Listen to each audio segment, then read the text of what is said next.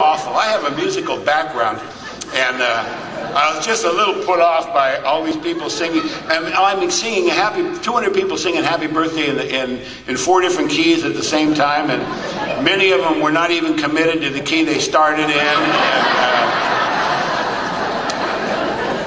I thought there's a piano on stage with a sheet over it. A baby grand piano. I mean, somebody in this group can play Happy Birthday. It's a 3-chord song. Get everybody in the same key. I could do it. Maybe I should. Maybe I ought to run up there and hold it, folks, yank that sheet off the piano. Here I come to save the day, and just get everybody in the same key and be a big hero. And then I thought, no, maybe not. Everybody I talked to, I told them I wasn't staying. So I really have no lines in this show. And so I did. It's a short song, Doug. Shut up, you can handle it. And so I did. And I look over at the other cool guy who's tone deaf. He's going, ooh, ooh, ooh. So then Ruth gets up to the podium. She says, "My name's Ruth, and I'm an alcoholic." And of course, everybody goes, "Hi, Ruth." And I'm, this is so lame. This is so, my friend Scott R. used to say, "This is some level of lameness I never knew was available to me." That's the way I felt. And then Ruth says, "I want you to know that over these last 18 years of sobriety, I've attended a meeting of Alcoholics Anonymous every single day." And it seemed like everybody was impressed but me. I mean, I'm looking at everybody's like, "Oh yeah, what she does." And I thought, you a little slow, ain't you, Ruth? You're not the sharpest knife in the drawer, honey. Because I don't know if I'm going to want this thing, but I do know that if I do, it's not going to take me every day for 18 years to get it. If you go to medical school every day for 18 years, you'll be doing heart transplants, I mean, and I look over at the other cool guy to see if he's giggling, and he's heading over to me. And with his hand out, he's a member. I don't know why he's standing at the back. Maybe he's got the newcomer catcher commitment or something, but all of a sudden he's heading over to me with his hand out like we do, and the Sunbeam for Jesus smile. And he takes my hand in both hands and he says, "Hey, I'll tell you what, if you stay sober a year, we'll give you one of them cakes."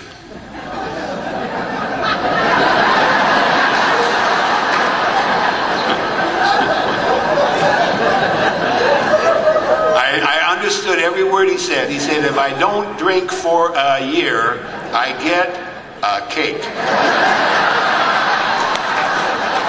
And I thought, either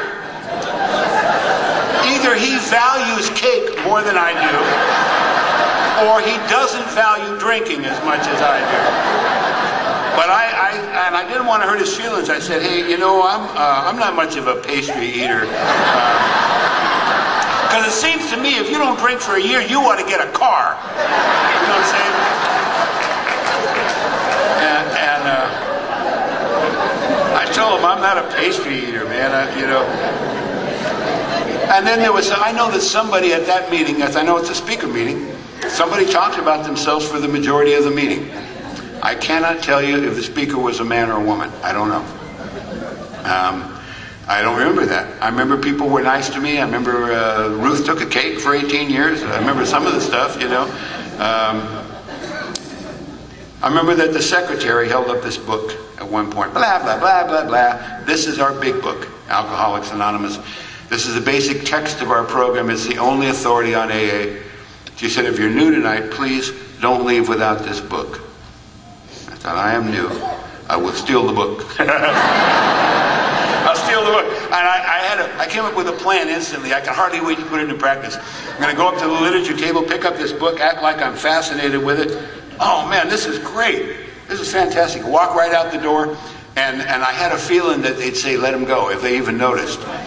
And I still think that might happen, but she screwed it up. She said, "If you're new tonight and you're financially embarrassed, we understand that. We've been there.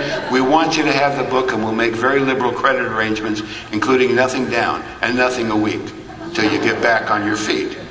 And that sounds loving and generous, unless you're going to steal the book. And now if I steal the book, I'll just look stupid. Look at that, the book's free, but he's got to steal it, you know. Or you'll think I'm homeless, because I have my pride. I'm sorry. I will steal from you, but I won't accept your damn charity. And so now I got to wait for the end of the meeting for sure, and I go up to her and I say, excuse me, can I buy one of your books? Because I figured that was probably 20, 25 bucks. I don't care. If I have to write a bad check for it, I'm buying that book tonight. And she said, oh, the big book? Yeah, the big book. I've seen bigger. How much is that big book? She said, it's $4.65. Do you have it? $4.65 for a hardcover book? Yeah, let me see. Here's a $5. Keep the change. She said, no, I'll get you change. No, please. Keep that. Use that to help a drunk. I'm on my feet, okay? And so I got the big book, and I go home, and I stopped on the way and got a bottle of whiskey, and I get home, and I poured about 3 fingers of whiskey, and I sat down to read this book. And I'm not a fast reader, but I'm a skimmer. And plus I have the ability to look at the title of a chapter in any book and pretty much know everything that's in it. And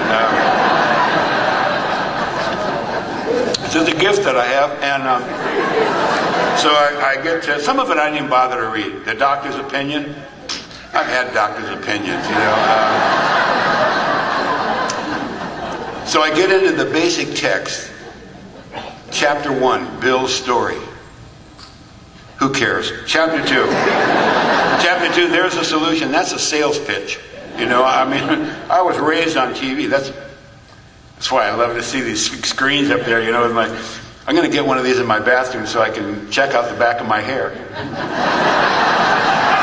Anyway, was I saying anything important? Oh, yeah. Chapter 2. Young man, there's a solution to your problem. The 12 steps of Alcoholics Anonymous will give you a life beyond your wildest drunken dreams. Chapter 3, more about alcoholism. Sounds like it could be the most boring piece of literature in the English language. I don't know, but I'm going to save it. Just, you know, some night when I'm tweaking maybe and I feel like I got toothpicks in my eyelids, I'll read more about alcoholism and fade right out. So I'm already up to chapter 4, We Agnostics, which absolutely surprised me. Took me by surprise. I didn't expect to find a chapter called We Agnostics in the big book. I walked into AA expecting AA to be how the smart people got sober without God. Because my grandmother was a Pentecostal minister. Evidently she was a drunk too, but I don't remember her drunken days. She got sober. When I was about 6 years old, she found Jesus and dedicated her life, and she became a Pentecostal minister, an ordained minister, and she opened a Skid Row mission on Beacon Street in San Pedro. And Beacon Street in the 50s was a very nasty place. Somebody got killed there almost every night. It was all hawk shops and saloons and shooting galleries and my grandmother's little white dove mission, and she'd bring these poor souls, these wharf rats and winos in and save their souls, and along with that they'd pick up the cross and stop drinking and serve Jesus. And so I knew you could get sober on soup and Jesus. It just never seemed worth it to me. And my grandmother didn't like AA. I knew that. I never really discussed it with her much, but I knew that she didn't care for AA. So I thought it was because there's no God here. But when I came in, you don't have to be here 5 minutes before you hear my higher power and power greater than yourself, and humbly asked him with a capital H and admitted to God and told God and prayed to God, and oh my God, God, the last house on the block is Sunday school, and I'm just extremely irritated. But now I got this book the secretary had said was the only authority. It's got this whole chapter called We Agnostics. So I poured another 3 fingers of whiskey and I started to read this chapter. I finished it and I thought, I have absolutely no idea what I just read. So I poured some more whiskey and I read it again. I read it all the way through and I thought, focus, focus, focus.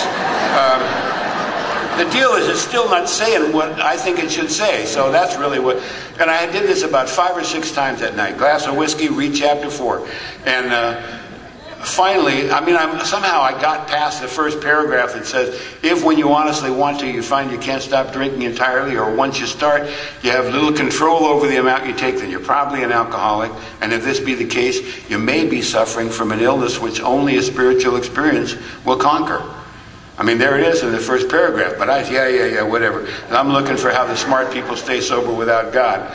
And it's not in there. It's a trick title, I can save you some time if you're new. The chapter should be called How We Agnostics Came to Believe in a Power Greater Than Ourselves, which saved us from a seemingly hopeless state of mind and body. But it just, I guess, was too long to fit at the top of the page. So they just call it We Agnostics. But I came across a sentence that I had read several times, and all of a sudden it jumped off the page at me.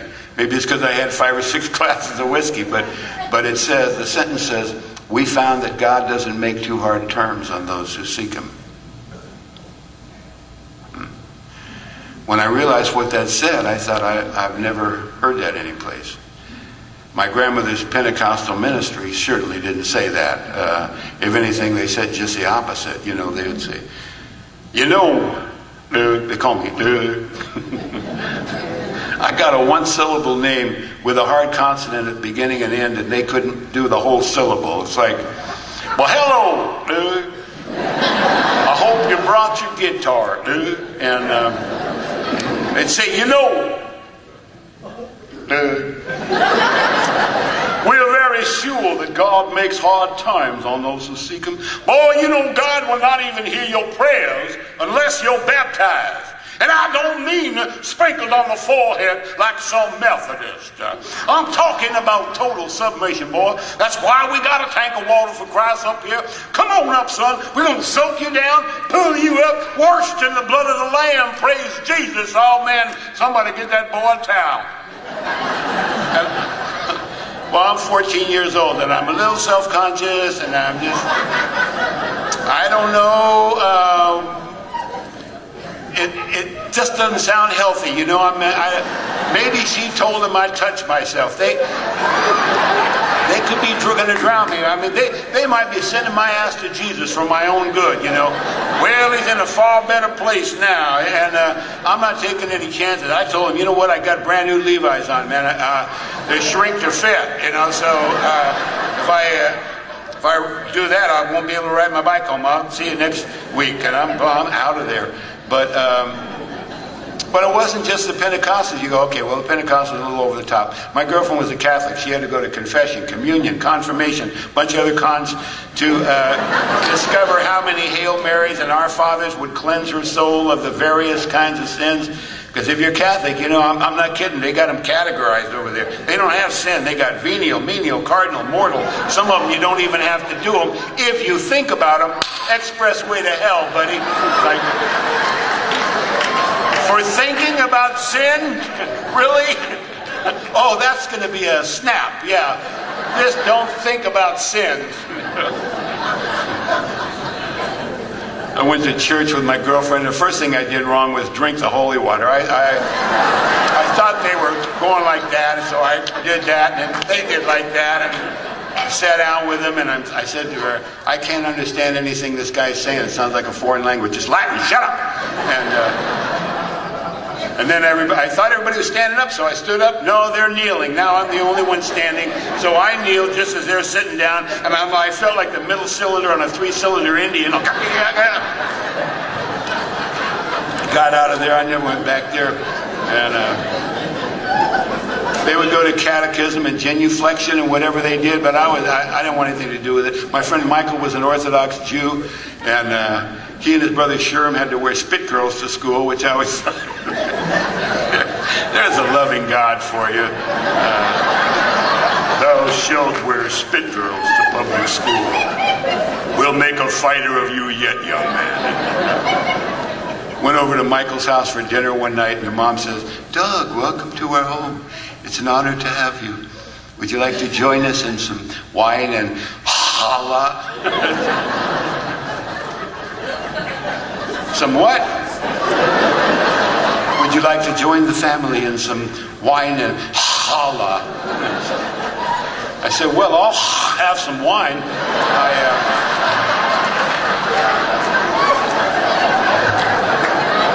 I'm not much of a pastry eater.